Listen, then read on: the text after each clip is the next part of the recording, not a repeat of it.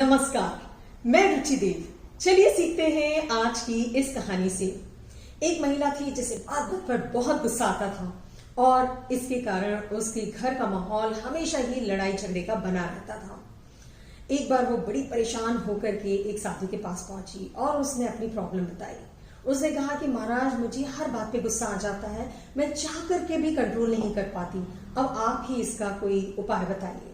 तो साधु ने उसे एक दवा की शीशी दी और कहा कि जब भी तुम्हें गुस्सा आए तो इसमें से 4 बूंद निकाल करके अपने मुंह में रख लेना और 10 मिनट तक अपने मुंह को खोलना नहीं तो ये दवा असर नहीं करेगी। उसने कहा ठीक है महाराज। अब 10 दिन बाद वो महिला वापस से फिर से साधु के पास पहुंची और उसने कहा महाराज, ये दवा तो शानदार है, क्योंकि इसके कारण मेरी गुस्सा करने की आदत भी धीरे धीरे करके छूट गई और मेरे घर का माहौल भी शांत रहने लगा। महाराज, अब एक काम कीजिए, आप तो एक बॉटल और मुझे एक्स्ट्रा दे दीजिए। अब साधु हंसने लगे, मुस्कुराने लगे और कहने लगे कि वो कोई दवा नहीं थी, उसमें तो सिर्फ पानी ही था और गुस्से का इलाज सिर्फ शांत रह करके ही किया जा सकता है।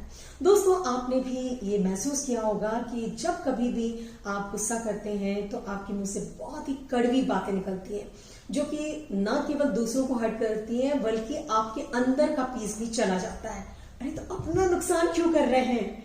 तो चलिए दोस्तों, अगले सोमवार हम फिर सुनते हैं एक नई कहानी, एक नई सीख के साथ मेरे चैनल ब्लूम विद रुचि देव पर। तब तक के लिए आप अपना ध्यान रखिए, अपने परिवार का ध्यान रखिए और हाँ दोस्तों, दूसरों के जीवन में दिया जलाना कभी ना भूलें, क्योंकि जो लोग दूसरों के जीवन में उजाला करते हैं उनका जीवन खुद ब खुद रोशनी से जगमगा उठता है।